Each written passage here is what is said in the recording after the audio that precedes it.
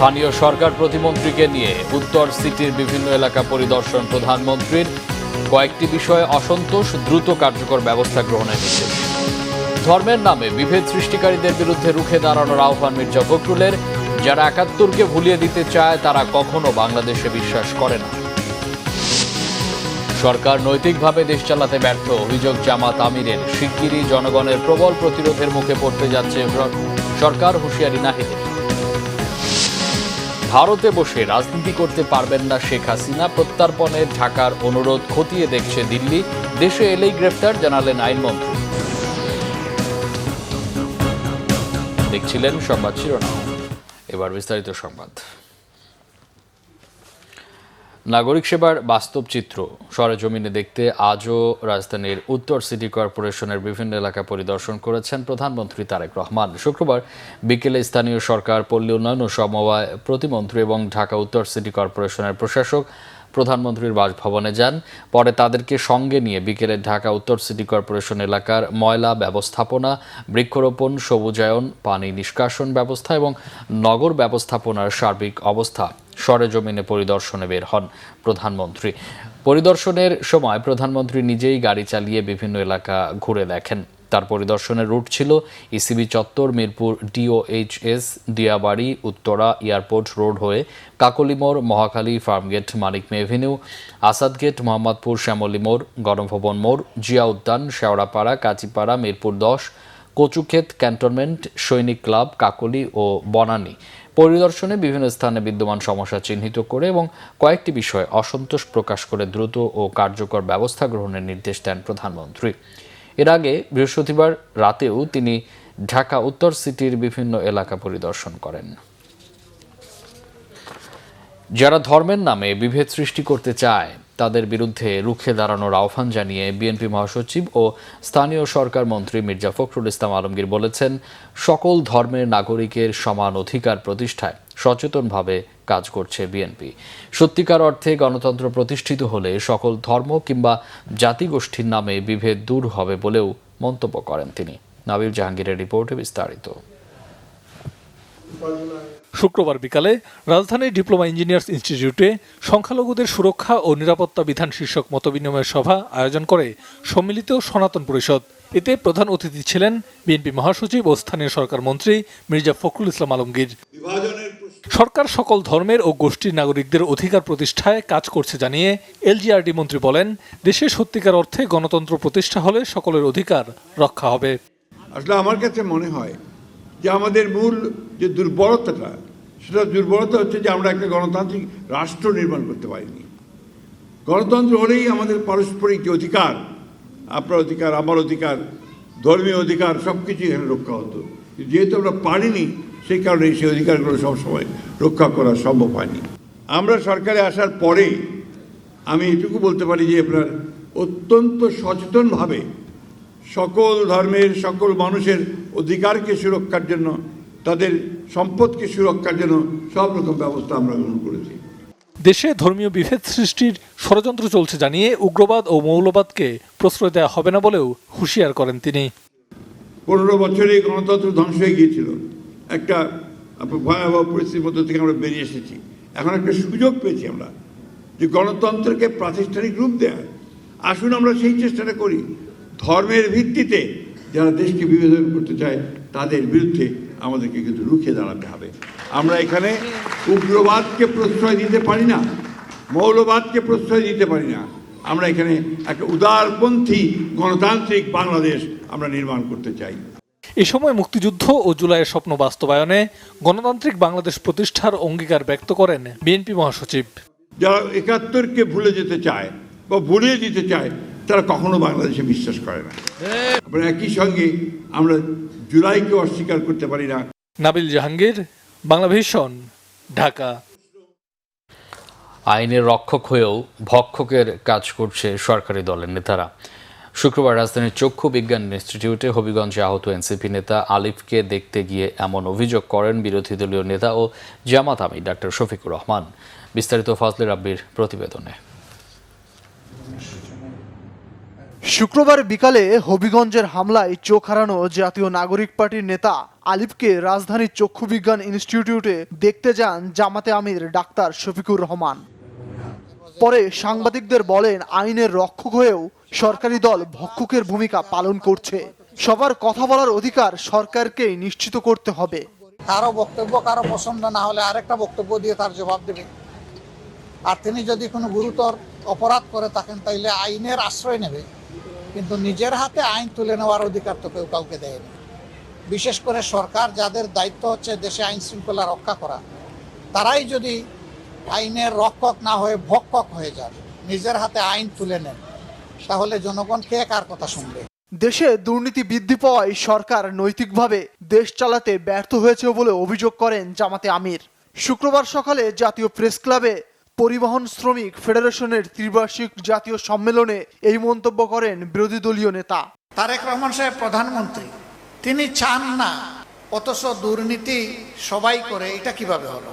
আমরা দেখি তার ইশারায় সব কিছু চলে, তাহলে তার ইশারায় এটা বন্ধ হয় না কেন? ব্যর্থতার দায় যখন স্বীকার করলেন, তখন কি এই সরকারের আর ক্ষমতায় থাকার কোনো নৈতিকতা থাকে? নৈতিক দিক থেকে সরকার তার অধিকার হারিয়েছে দেশকে পরিচালনা করা।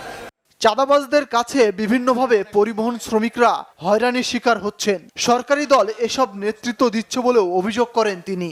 চাঁদাবাজদের হাতে যেখানে সেখানে পরিবহন শ্রমিকরা তারা নাজেহাল হচ্ছেন।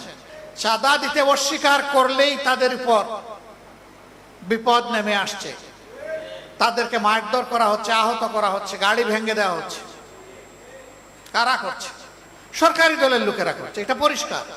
এদিকে জুলাই শহীদদের মর্যাদা ও আহতদের সুস্থতা কামনায় বাদ জুম্মার রাজধানীর বাইতুল মোকাররম মসজিদে ঢাকা মহানগর দক্ষিণ জামাতের উদ্যোগে এক দোয়া মাহফিলের আয়োজন করা হয়। ফজলে রাব্বি, বাংলা ভিশন, ঢাকা। সরকার গ্যাসের দাম বাড়ালে পেট্রোবাংলা ঘেরাওয়ের হুঁশিয়ারি দিয়েছেন বিরোধী দলীয় চিফ হুইপ নাহিদ ইসলাম। শুক্রবার রাতে রাজধানীর আগারগাঁওয়ে জাতীয় চক্ষু বিজ্ঞান ইনস্টিটিউটে হবিগঞ্জে হামলায় আহত ছাত্রশক্তি নেতা আলিফ চৌধুরীর খোঁজ খবর নেওয়া শেষে এসব কথা বলেন তিনি বলেন, বাসায় গ্যাস নেই, বিল ঠিকই দিতে হচ্ছে। সরকার খুব শিগগিরই জনগণের প্রবল প্রতিরোধের মুখে পড়তে যাচ্ছে বলেও আগাম বার্তা দেন নাহিদ ইসলাম। আলিফের উপর হামলায় সরকারের নীরবতার নিন্দা জানানোর পাশাপাশি জনগণকে আন্দোলনের জন্য প্রস্তুত হওয়ার আহ্বান জানান তিনি। বলেন, তরুণরা সরকারের সাথে নেই, বিরোধী দলের সাথেই আছে। এই যে গ্যাসের দাম বৃদ্ধি পেয়েছে, আমরা অবশ্যই পেট্রোবাংলা ঘেরাও করব যদি এই ধরনের গ্যাসের দাম বৃদ্ধি করা হয়। সারা ঢাকা শহরের মানুষ তো নেমে আসবে। মানুষের বাসায় এমনি গ্যাস পাচ্ছে না, গ্যাস নাই, কিন্তু তাকে প্রতি মাসে ঠিকই বিল দিতে হচ্ছে।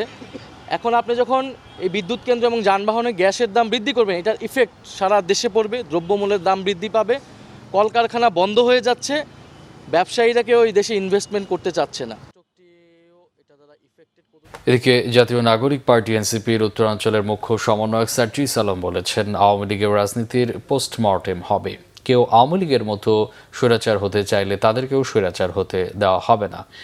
শুক্রবার সিলেটের কোম্পানিগঞ্জে এনসিপির জুলাই পদযাত্রা শেষে আয়োজিত পথসভায় তিনি এসব কথা বলেন। সার্জিস আলম বলেন, জুলাইয়ের গণঅভ্যুত্থানের মধ্য দিয়ে দেশের মানুষ স্বৈরাচারের বিরুদ্ধে অবস্থান নিয়েছে।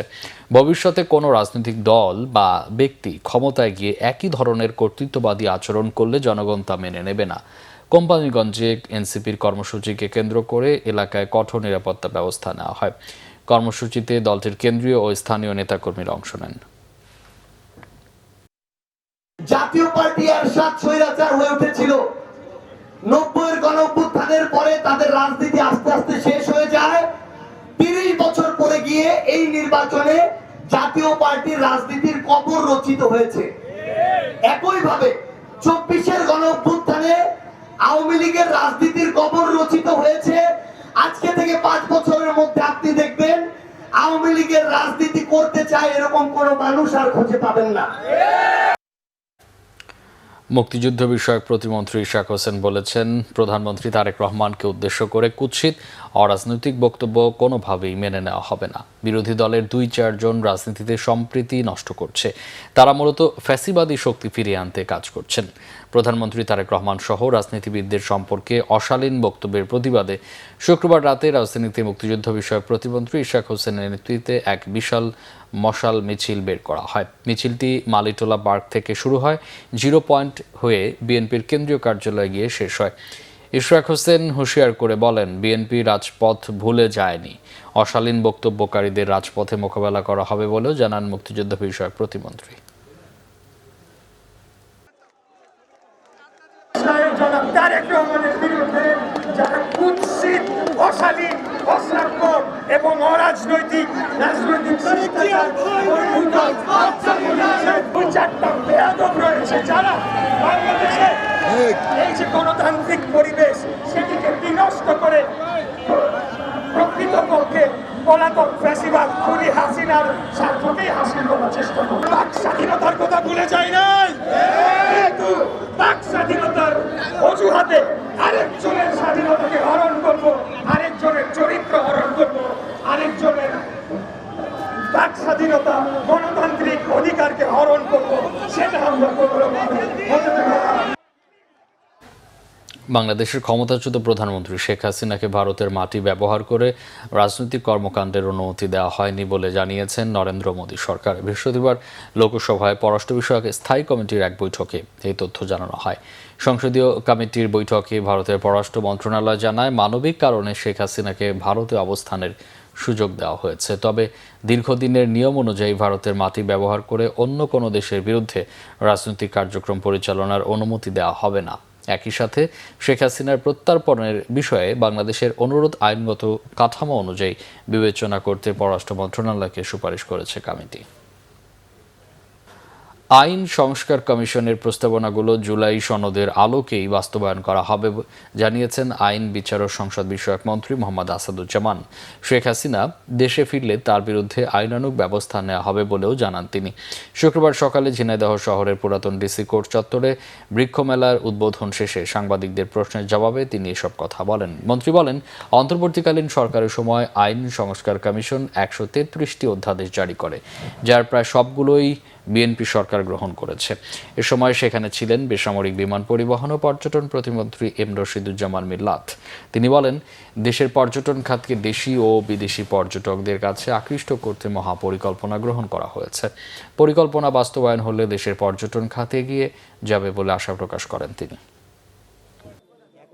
আইন সংস্কার কমিশনের প্রস্তাবনার আলোকেই 133টা অর্ডিন্যান্স অন্তর্বর্তীকালীন সরকারের সময় জারি করা হয় এবং সেই অর্ডিন্যান্সগুলোর মধ্য থেকে প্রায় সবগুলোই আমরা কিন্তু সেই সংস্কারগুলো গ্রহণ করেছি। বাকি যেগুলো আছে আমরা সংবিধান সংশোধন কমিটি গঠন করেছি, বিশেষ কমিটি। সেই কমিটি জুলাই সনদের আলোকে আমরা সংস্কারগুলো এগিয়ে নেব। 2024 সালের 1 আগস্ট আলটিমেটাম, মৌন মিছিল ও দেয়াল লিখনের মতো কর্মসূচিতে তখন উত্তাল ছাত্র জনতার আন্দোলন। এদিনেই বিশ্বের ইতিহাসে প্রথমবার লেখা হয় 32 জুলাইয়ের তারিখ।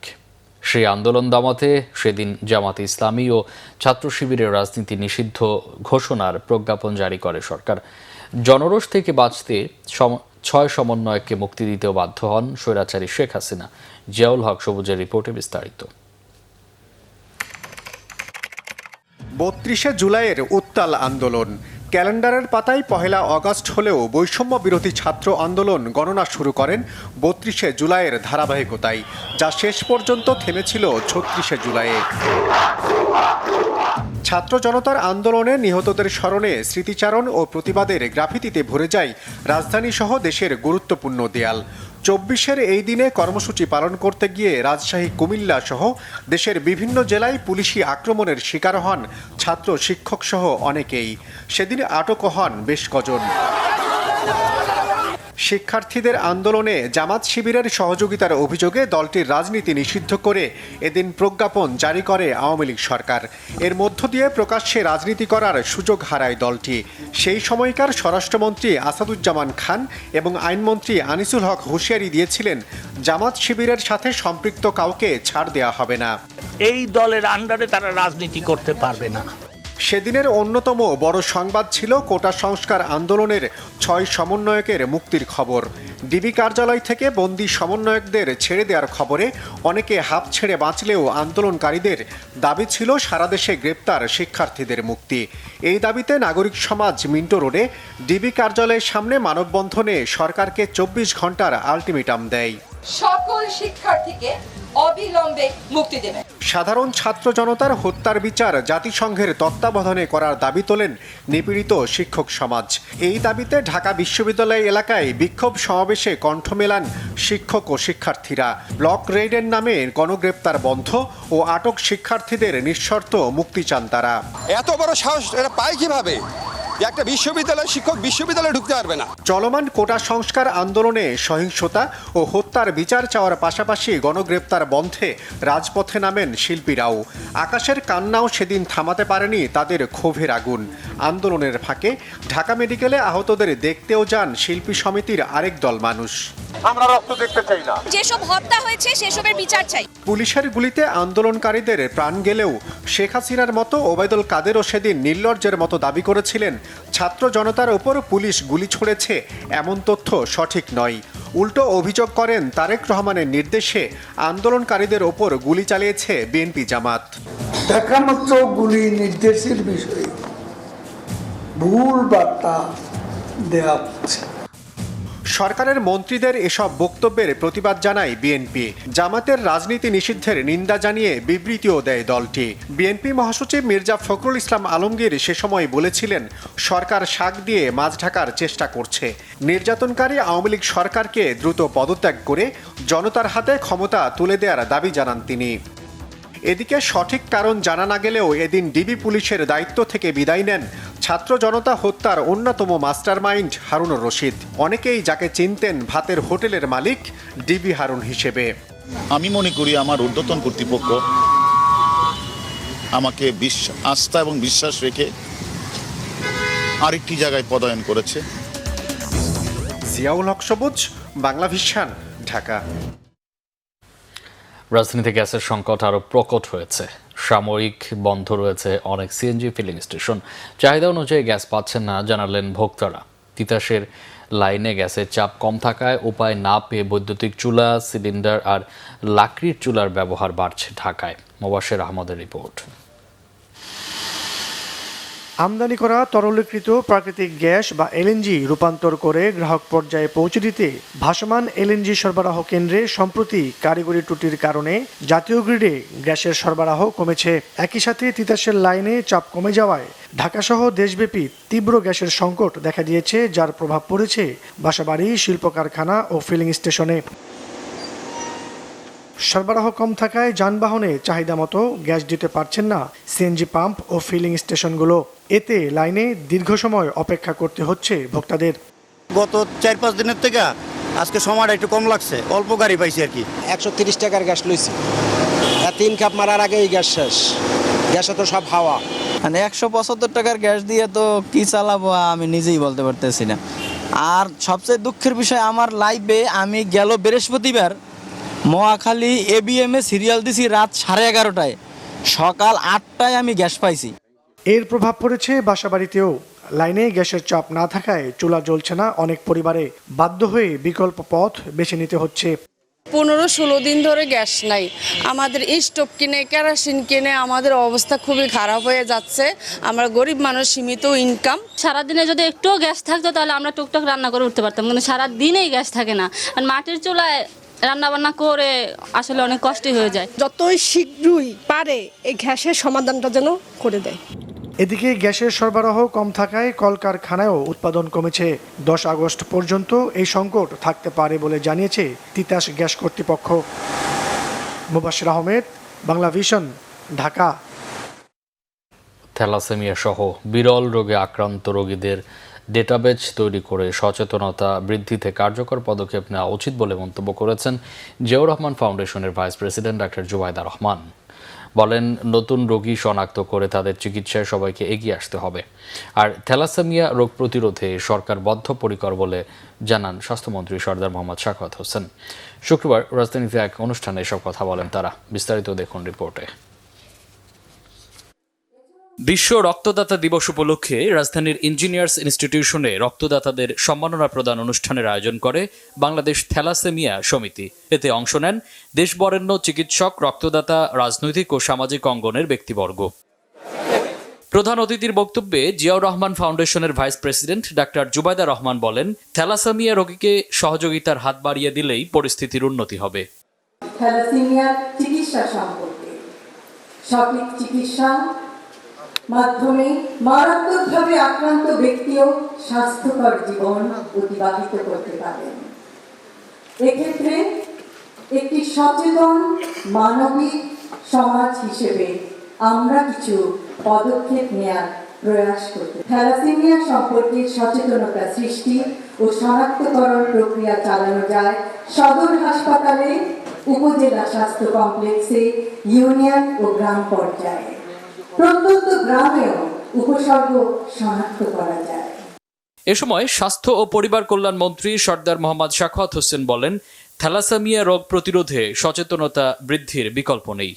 আমরা গ্রামে যাই, আমরা দেখি যে হারে কিডনি রোগী, যে হারে ব্রেস্ট ক্যান্সার, ইউটেরাস ক্যান্সার, তারপর liver cancer, lung cancer, tuberculosis, সবগুলি যদি একখানে করি, it will exceed 20% of the total population. Seriously বেড়ে যাচ্ছে আমাদের খাদ্যাভ্যাসের জন্য।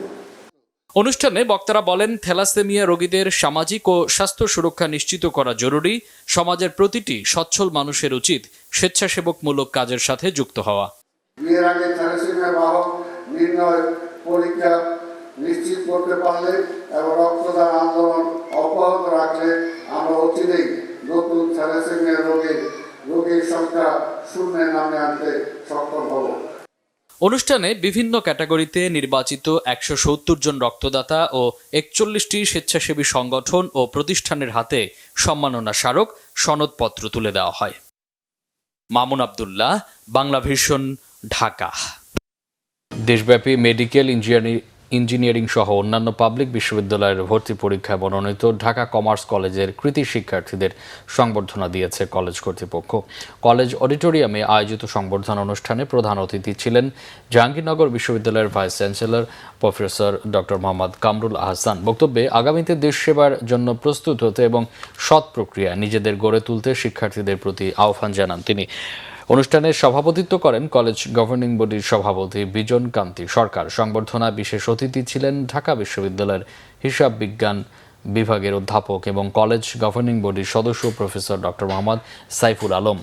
আয়োজনে কলেজের ব্যবসায় শিক্ষা ও বিজ্ঞান শাখার 2 শতাধিক শিক্ষার্থীকে সংবর্ধনা দেওয়া হয়। উপস্থিত ছিলেন কলেজের ভারপ্রাপ্ত অধ্যক্ষ প্রফেসর ডক্টর কাজী ফয়েজ আহমদ, উপাধ্যক্ষ প্রফেসর আবু নাইম মোহাম্মদ মোজাম্মেল হোসেন ছাড়াও কলেজ গভর্নিং বডির সদস্য, শিক্ষক, কর্মকর্তা, কর্মচারী আর শিক্ষার্থীরা। সংবাদ শেষ করব শিরোনামগুলো আরেকবার জানিয়ে। স্থানীয় সরকার প্রতিমন্ত্রীকে নিয়ে উত্তর সিটির বিভিন্ন এলাকা পরিদর্শন প্রধানমন্ত্রীর। কয়েকটি বিষয়ে অসন্তোষ, দ্রুত কার্যকর ব্যবস্থা গ্রহণের নির্দেশ। ধর্মের নামে বিভেদ সৃষ্টিকারীদের বিরুদ্ধে রুখে দাঁড়ানোর আহ্বান মির্জা ফখরুলের। যারা ৭১কে ভুলিয়ে দিতে চায় তারা কখনো বাংলাদেশে বিশ্বাস করে না। সরকার নৈতিকভাবে দেশ চালাতে ব্যর্থ, অভিযোগ জামাত আমিরের। শিগগিরই জনগণের প্রবল প্রতিরোধের মুখে পড়তে যাচ্ছে সরকার, হুঁশিয়ারি নাহিদের। ভারতে বসে রাজনীতি করতে পারবেন না শেখ হাসিনা, প্রত্যর্পণের ঢাকার অনুরোধ খতিয়ে দেখছে দিল্লি। দেশে এলেই গ্রেফতার, জানালেন আইনমন্ত্রী। এই ছিল এখনকার মতো। পরের সংবাদ সকাল 7:30টায় দেখার আমন্ত্রণ রইল। এছাড়া বাংলা ভিশন সংবাদ ও সংবাদ সংশ্লিষ্ট অনুষ্ঠান দেখতে ভিজিট করুন www.bhinnestro24.com ও facebook.com/banglavisionnews এবং সাবস্ক্রাইব করুন youtube.com/banglavisionnews। এতক্ষণ সাথে থাকায় অসংখ্য ধন্যবাদ। শুভরাত্রি।